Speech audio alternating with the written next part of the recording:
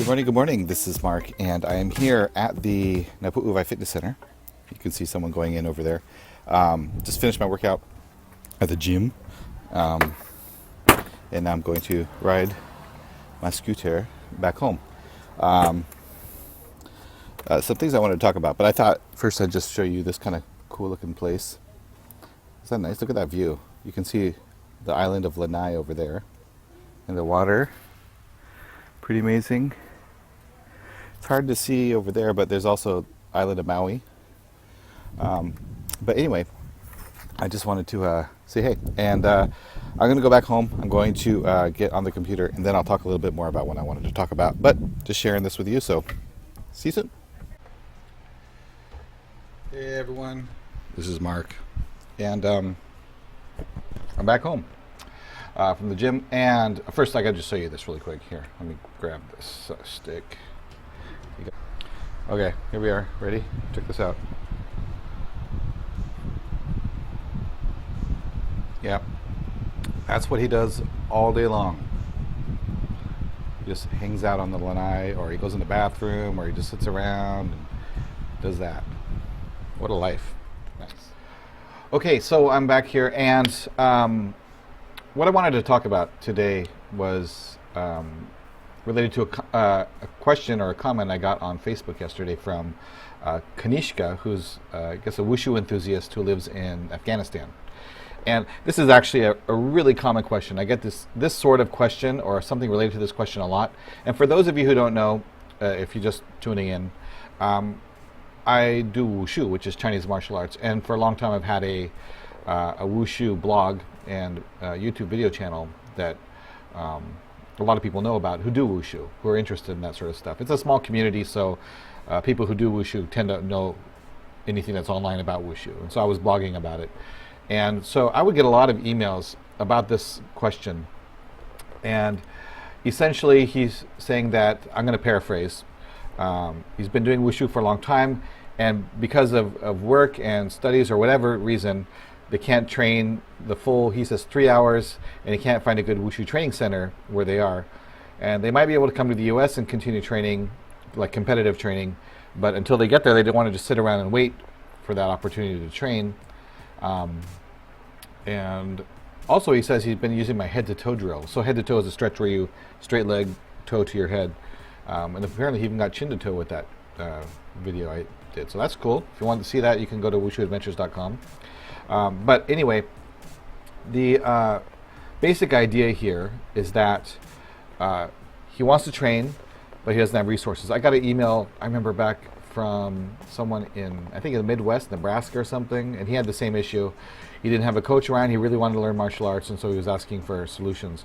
Like, and I think the general mindset that a lot of people have is that they need to have a Wushu Guan. They need to have a Wushu Guan as a training hall, Wushu training hall, Wushu Guan. They need to have a coach, and they need to have the time to commit to training. And I understand why it seems that way, because if you look at professional athletes in China, they train 6 hours a day. They have really nice facilities there, and they have coaches, many coaches that just drill them all the time and know exactly what they need to work on. So it can seem like those are all necessary attributes to have in your training in order to get to the level of like a professional Chinese athlete, or even to a level of being competitive with Wushu. But so before I start, just first off a caveat, I'm not your coach, whoever's watching this. I don't know you, I don't know your physical limitations. So these are just my opinions. This is just what I think about Wushu training, self-training. And so don't take this as necessarily relevant to your situation, okay? Legal disclaimer out of the way. So the first thing you have to think about is that there's a difference between growth and maintenance. This actually applies to things beyond Wushu. It applies to a lot of things. But there's a difference between growing your Wushu skill and your physical ability and maintaining your Wushu skill. Just like there's a difference between growing a business and maintaining a business. There's a difference between growing your education and maintaining your education, right? Professional development or anything really. A skill, playing guitar, you can maintain your guitar level, or you can, get better at your guitar or get worse. So keep in mind, and for me, my general thought on this is that the maintenance work takes about a quarter to a third as much time and energy as the growth work. So if you want to grow and build and develop, like maintaining your strength, let's say you can do 50 push-ups. Just maintaining that 50 push-ups every day, you can do that. You can do it 3 times a week, 50 push-ups, you maintain it forever. But if you want to grow those push-ups to be able to do 100 nonstop push-ups, then you have to start putting in some time and effort, growing your muscles, really focusing on it. So both the mental energy and the physical energy to grow something is different, and it takes more. So keep that in mind, that there are certain things you can focus on growing while other things are being maintained, and that way you can accommodate sort of a different time schedule, right? So instead of spending 3 hours trying to grow everything, then you could spend like an hour and just focus on growing one thing and maintaining a few other things. And then after a while, switch to one of the other ones and maintain the first one. So that the growth is slower, obviously, but if you have a time constraint, that could work. So first, let's talk about the elements of Wushu training. So or elements of doing Wushu. There's basically 4 main things that are related to Wushu. The first is flexibility, how flexible you are. The next is strength. And for Wushu, it's really about explosive power, explosive strength. They call it baofali, this ability to quickly generate a lot of explosive power out of your joints and your limbs, for kicking or for stance work or for jumping or whatever. A lot of plyometric type of stuff, right? So that's the second one, is explosive strength. The third is endurance, being able to complete a whole form. And the fourth one is technique, which is actually being able to understand and do the specific techniques. And out of the 4 of these things, the only one you need a teacher for is technique. They can teach you how to, if you don't know Wushu, you need a teacher to show you how to kick, how to punch, how to do all these things. But you don't necessarily need a Wushu coach to teach you how to build strength, explosive power. There's a billion videos on YouTube on how to do that, or how to build flexibility, or how to increase your endurance. Just go run at the track and do wind sprints. That'll increase your endurance. But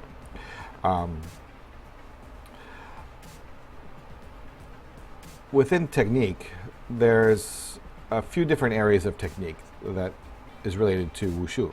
The first is stance work and stance transitions, having really solid stances and being able to transition from stance to stance really well. It's not just about holding horse stance, but you have to be able to transition from horse stance to a bow stance, mabu to gongbu, really quickly and efficiently, right? So that's part of it. Upper body work, like punches and blocks, wheeling arms, things like that. This is the upper body, things focusing on the upper body and upper body technique. Leg work, kicking technique, things that aren't related to stances necessarily, but use your legs. And then also the fourth is sort of combining these into form combination. And these are small sections from a form or from a combination of movements. And honestly, if you're limited on time, I think the best use of time is to focus on form combinations. And if you look at Chinese athletes when they're preparing for competition, or any athlete, decent athlete, they focus on the thing that they need to do in competition, which is their form. So they'll take small pieces of their form and focus just on those and really refine them and get them good. Because that's what they're being judged on. They're not being judged on whether or not they can hold a 3-minute horse stance or how good their wubuchuan is, right? Their 5 stance form. They're judged on their competition form. So that's what they focus on their energy on. So I would say if I had a really limited amount of time, I would focus on combinations from your form. Not to say you should ignore those other things, you shouldn't. But form combinations are really a good way to combine a lot of those things into one and make it applicable to what you need to do. So that's related to the elements of Wushu. You have flexibility, explosive strength, endurance, and technique. Endurance, I wouldn't worry about building until you're like a month away from your competition, unless your endurance is really, really poor and you need to start working on it sooner. But within a month or 6 weeks before competition, you can start building that up to the point where you can compete effectively. Flexibility is more of a consistency game. It doesn't take a lot of time, but it takes consistency and concerted effort. And you can fit flexibility training into a lot of different places and locations and opportunities. So I'm not as worried about that. And if you already have chin to toe, then you're probably doing okay, at least as far as that level of flexibility goes. So what are the elements of training then? If those are the elements of Wushu, what's the element of training? The elements of training to me are 3 things. Time, which is the amount of minutes you spend in your training mode. 2 is location, which is where you're going to be training, the facility and the resources you have to train in that place. And 3 is coaching, which is somebody who can help make sure that you improve and teach you new things. That's the basic idea between training, right? You need those 3 things in order to be able to train. You need the time to train, you need a place to train, and you need someone to train you. Now, time. How much time is actually really necessary for Wushu? So, as I mentioned, there's sort of the difference between maintenance and growth. If you're maintaining a level, then it takes less time. But let's look at this 3-hour idea, the idea that it takes 3 hours to train a Wushu. Now, professional level athletes in China, they do maybe 2 sessions a day of like 2 to 3 hours of training. But they have nothing else to do besides that. That is their job. They just train Wushu. They might go to school or something too, but they're just doing Wushu all the time. And keep in mind also that they're not just doing basics for 3 hours. They're not just doing forms for 3 hours. They're not just doing nandu or difficulty movements for 3 hours or jumping for 3 hours. Each day is different, and their coaches have a very specific training schedule for what they do. You'll see if you look at one of their weekly schedules or something, it's like one day is we're going to work on forms, and the next session we're going to work on weights, this session we're going to focus on endurance, this session we'll work on something else. Each time it's different, and they are very smart about how they pick their training methodologies, right? So it's not just train basics ad nauseum all the time. There's a lot of things they're doing there. So is 3 hours necessary? No, not at all. For a professional level athlete whose only job is to be training, then they want them focused on it. And you'll see sometimes, a lot of times, they'll train intensely for maybe an hour or hour and a half. The rest of the time is mental training or thinking about their form or choreographing, talking to the coach about strategies for being more effective, those sorts of things. So it's not just physical training all the time. So you have to get out of your head the idea that it takes 3 hours to train just because people in China do that. It's a different situation. And in a given class, I mean, how much time is actually spent on technique versus not technique? You can spend half an hour to an hour working on your technique and still be effective with your training. And also there's a difference between for seasonal training versus preparing for competition versus your off season when you're building and growing. So again, it's maintenance versus growth, and it's also different types of growth. Sometimes you're building endurance, sometimes they're building strength and core strength and power. Sometimes they're working on their form and their choreography. So you can focus on different things based on the season that it is. You don't have to be working on all 3 things, growing all of them at once. That's a good way to burn yourself out, to be honest. So think seasonally. Think, what is the schedule of the year? When do I have a competition? What do I need to prepare for that? And think about, okay, right now it's a long way to competition. I'm going to work on my choreography, really figure out what my form is.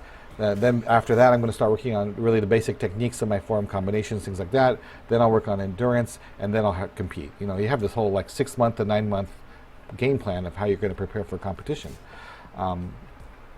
which I think is sort of a more intelligent way to approach it than just training everything all the time every day, because that's not intelligent, right? You have to think about what you're doing. If you're just focused solely on your technique, you can get a really good training in within 30 to 60 minutes if you're just focusing on basics. And in any given class, even a 3-hour class, you're only doing basics for maybe half an hour. I mean, you're not doing Jiangti Tui and Mabu Gongbu and all this stuff, unless your basics are at the point where you need to be training a lot on that stuff. But when I'm training in China and stuff, you don't do basics for more than 20, 30 minutes. And then you start working on forms, and you don't do forms for more than 20, 30 minutes, and then you work on conditioning or endurance. So just focusing solely on technique, you don't need as much time as you might think you do. The other idea here I think is important to think about is the Pareto principle. Pareto was an Italian economist. A lot of people talk about him. It's the 80-20 principle. What you want to do is you want to focus your time on that 20% of effort that will give you 80% of your results. So focus on the thing that you're going to do that will give you the biggest bang for your buck. Now, I'll talk a little bit about this in a minute, but actually I'll talk about it right now. So one example for me is, okay, let me back up. So one of the things that's really important to do is to really understand where your deficiencies are with Wushu. And there's things about our own Wushu skill or skill in anything that we know we kind of suck at, right? So, for example, I don't have very good knees and my ankle flexibility is really poor. So I hate doing pubu. Pubu is like drop stance. It's like the worst stance for me, especially like pubu to gongbu. It's terrible. Or like the chuanzhang, the threading palm to drop stance. It's like the worst one. But I really like doing front slap kick, dan pai jiao. I love doing that one. So I do that one a lot when I'm training, or inside li he tui with the pai jiao or the wai wai tui. I like doing the slap kicks because I get good sound out of my feet. I have a wide palm and I have big feet, so when I slap it makes a lot of noise, and I like that. So as a result, I tend to train that a lot more than I train the other thing because I don't like doing the other thing. It's no fun. But the reality is, if I actually wanted to improve my wushu, I should only do a couple slap kicks and just focus like my whole training on my pubu. And I've been doing that a little more recently, is focusing on my pubu. But you know what about your wushu sucks. You know what you're bad at. You know what is terrible. And it's the part of the class that you like doing the least. But that's the part of the class you need to do the most. So focus your energy on that 20% that's going to help improve you the most. Whatever you suck at the most is probably, if you put your energy into it, the thing that will improve your wushu the most too, if you improve it, because it takes away the things that you're bad at. So that's one application of the Pareto principle, the 80-20 principle, is to focus on those things that you suck at the most, because those are the things that make you the best eventually. So that's the first part, is about the time necessary, and there's ways to optimize that so you don't need as much time as you think. You don't need 3 hours a day. You don't even need every day of the week. You could be really effective and actually grow wushu technique with 30 minutes a day, 4 or 5 days a week, even 3 days a week, 60 minutes a day. It's possible. You have to be intelligent. The second part was location and the Wushu Guan. So how important is a Wushu Guan? Think about this though. 50 years ago, they didn't have Wushu Guans like they have today, even 30 years ago, right? I remember training in this small little hall with like a thin carpet and not much there. Even in China, it's not everyone has the nice big blue carpet, professional level, all that stuff. So you have to get out of your mind the idea that you need professional level training facility in order to be able to train and improve your technique. That's not necessary. I had a conversation with Wang Pengcheng, who was on the Shanghai Wushu team. His Nanchuan is crazy good, right?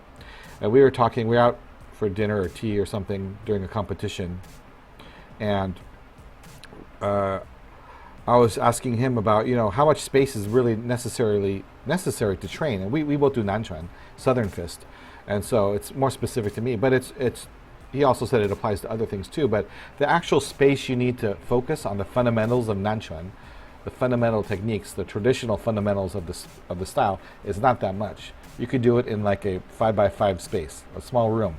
Just focus on stance techniques, focus on punching drills, focus on guagai, paochuan, all these things. You don't need a lot of room. You don't need a full Wushu Guan. You don't need all the space to run and do jumps and stuff. To focus on the fundamentals. And he says, you don't need all that room. You just need a space to train. And I tested this out on myself. I was up in northern Shanxi province checking out a Sanda competition. And I was and I had set a training schedule for myself of doing a certain number of basics every day, a certain number of whatever. And I was in my hotel room, and it was late at night, and I wanted to go to bed, but I told myself I would do this training. So I went to, I was just in my hotel room. I moved the table away in the chair, and I just did my basics right there. It was literally like 3 feet by 3 feet. And I would do some combinations. I'd run out of room. I'd just move and keep doing the combinations, focusing on the technique, not on the space. So there's ways around that. You don't need a carpet. You don't need lots of room. Use the space you have. And then when you have more space, take advantage of that, and you'll really appreciate it. But you don't need a lot of room to build your wushu. You need the ground you're standing on, basically. So that's location. The third one is coaching. So there are ways to get around not having a coach. But one of the first things you can do is not focus on learning new things. The advantage of a coach is they can teach you new things, besides improving your old things, but focus on improving what you already know. And like I said about the 80-20 principle, focus on the things you know you suck at, because those are the things you can be your own coach and focus on those things and build those skills. So while you're self-training, don't focus on learning new things. Focus on improving the things you already know. Focus on the fundamentals. You can also search online for coaches. There are coaches out there who will teach you remotely. You send them videos of your stuff and they'll give you suggestions and advice on how to improve. They'll take videos of themselves doing certain things and showing you how to do them. They'll send that to you. In fact, I had one guy, he was actually in China, I think, but he was working on stance work, Nanchuan. And so he sent me some of his stance work transitions and said, hey, could you take a look at this and let me know what you think? So I looked at it and I gave him some suggestions and pointers, and I talked on the video and I showed him what I was talking about, and he said it helped him a lot. So there's ways to do it. Find someone who knows the thing you want to learn and ask and videotape yourself doing it and say, hey, could you take a look at this and just let me know your thoughts and suggestions? And I think that's helpful. And like I said, focus on the things you suck at. It's uncomfortable. It's extremely uncomfortable. But it's where you'll see the greatest improvements. And it's the best use of your time. And like I said with me and the Pubu, it's the only way you can improve those things. Wow, it's almost 20 minutes. Sorry, I'm just taking a while. It's going to be a long video. But I wanted to make sure I got all of this information out there, or at least get out of my head, because I've been thinking about it for the last day and a half since he asked me this question. So ultimately, this all boils down to a mindset shift. You don't need a perfect situation. You just need to train. You just need to train with what you have, and then you move forward from there. Don't wait until the perfect situation comes to you. You create the best situation based on the resources that you have now. And then you'll be prepared for when the opportunities do come. Preparation is the key to taking advantage of opportunities.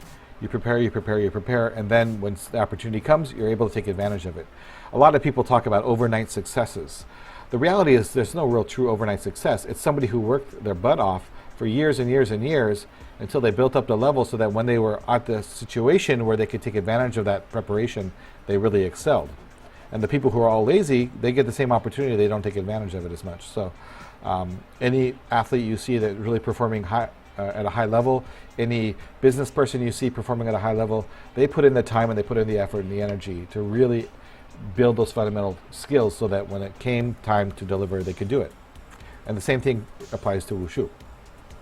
So focus on the fundamentals too. There's a mindset that you need to focus on your Nandu and do the whole form at once and have all this room and jump around, and you don't. Just work on the fundamentals. Do kicks. Do 100 French stretch kicks right in one place. Just 100 French stretch kicks. Do Ma Bu Gong Bu 100 times with a Chong Chuan with a punch. Front punch, Ma Bu Gong Bu, back and forth. Focus on that. If you can do 100 of those, your stance works pretty good. It's not bad. Focus on the fundamentals and on the technique.